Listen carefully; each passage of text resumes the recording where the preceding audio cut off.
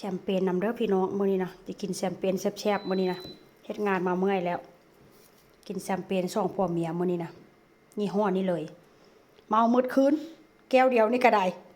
คออ่อนมาเด้อเริ่มแล้ว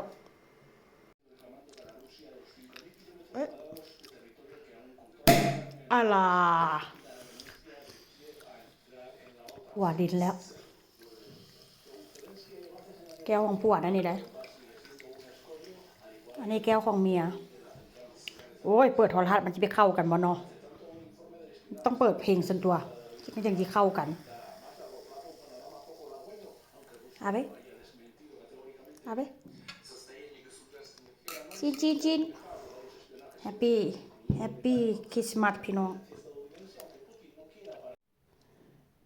สบายดีเด้อสบายดีพ่อแม่พี่น้องพี่ป้าน้าอาแมรี่คริสต์มาสเด้อพ่อแม่พี่น้องสุขสันต์วันคริสต์มาสมื้อนี้กะที่อบปลากินอาหารมื้อนี้เป็นมื้อวันคริสต์มาสพี่น้องปลานี่อันก็ชื่อว่าปลาโลบาอยู่แต่ว่าค่อยก็บ่ฮู้เด้อว่าภาษาบ้านเฮามันฮ้องว่าปลาอีหยังนี่นะค่อยก็บ่ฮู้หน้าตาค่อนข้างขี้เละแต่ว่ากาบอกได้เลยว่าเนื้อน่ะแซ่บพี่น้องเนื้อหวานเนื้อฉ่ำแซ่บขนาดปลาเนี่ยนะซื้อมาในราคา47ยูโรน่าจะประมาณ2โลกว่าพุ่นละมั้งแล้วก็จะมีปิ้งกุ้งมื้อนี้นะมื้อนี้จีห่อแซ่บพี่น้องมื้อนี้ก็ได้ข้าวปุ้นนี้ก็ลวกแล้วเรียบร้อยต้มแล้วเรียบร้อยจีกินแซ่บจีห่อใส่กะหล่ำห่อใส่ผักแล้วมื้อนี้ก็ย่าก็เอาโกเกตัสมาให้นำโกเกตัสน่าจะเป็นอันใส่ขาหมูพี่น้องขาม่อนนะ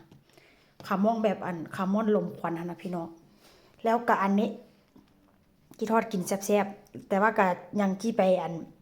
เอาให้ให้ญาติอยู่ได้นี่นะเพราะว่ายังญาติเนื้อกันยังบ่ทันได้แจกเฮ็ดหลายคักหลายแน่พี่น้องมื้อนี้ก็ได้หน้าตาของมันก็เป็นประมาณนี้เด้อหลังจากที่คนเฮ็ดมาตั้งแต่เมื่อวานนี้เอาให้ย่าไปแล้ว30เอาให้หมูไปแล้วประมาณ